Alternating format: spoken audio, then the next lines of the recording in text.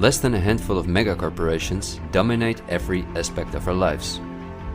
That may seem like an exaggeration, but from the breakfast that's on the table in the morning, to the mattress we sleep on at night, and everything we do, put on, or consume in between, all are largely dependent on these corporations. These are investment companies of immense proportions, and they manage the major money flows on Earth. They are the protagonists of the play which we are currently witnessing.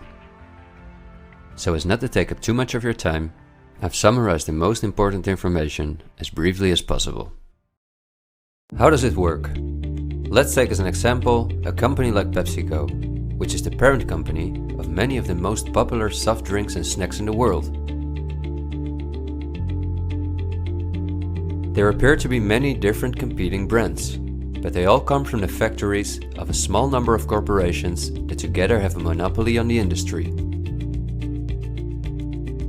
Within the packaged food industry, there are a number of other major companies, such as Unilever, the Coca-Cola Company, Mondelez, and Nestlé.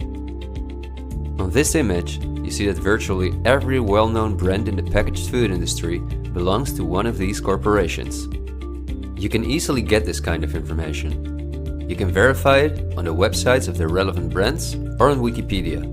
Companies of this size are usually publicly traded and have a board where the largest shareholders call the shots. On websites like Yahoo Finance, we can find detailed company information, including who the largest shareholders of these companies are. Let's take PepsiCo again as an example.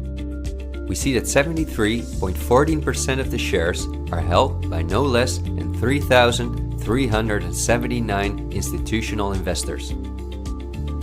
These include investment companies, mutual funds, insurance companies, banks, and in some cases, governments.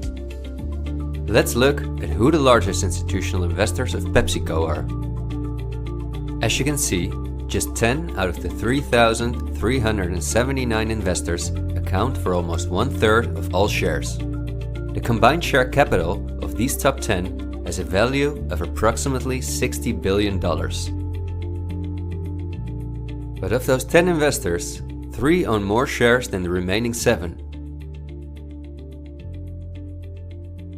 Let's remember their names and let's see who owns the most shares at the Coca-Cola Company, Pepsi's big competitor.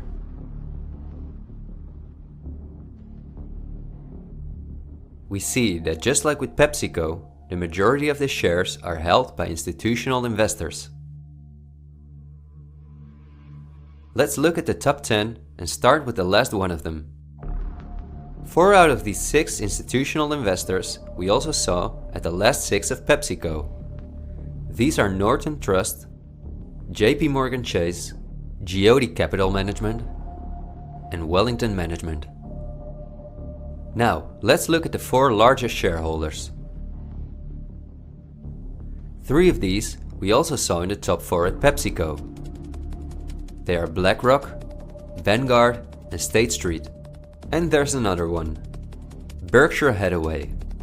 These are the 4 largest investment companies on the planet. PepsiCo and Coca-Cola are anything but competitors. But also the other big companies that own many brands, such as Unilever, Mondelez, and Nestlé, are owned by the same small group of institutional investors. And you don't only find these names in the packaged food industry.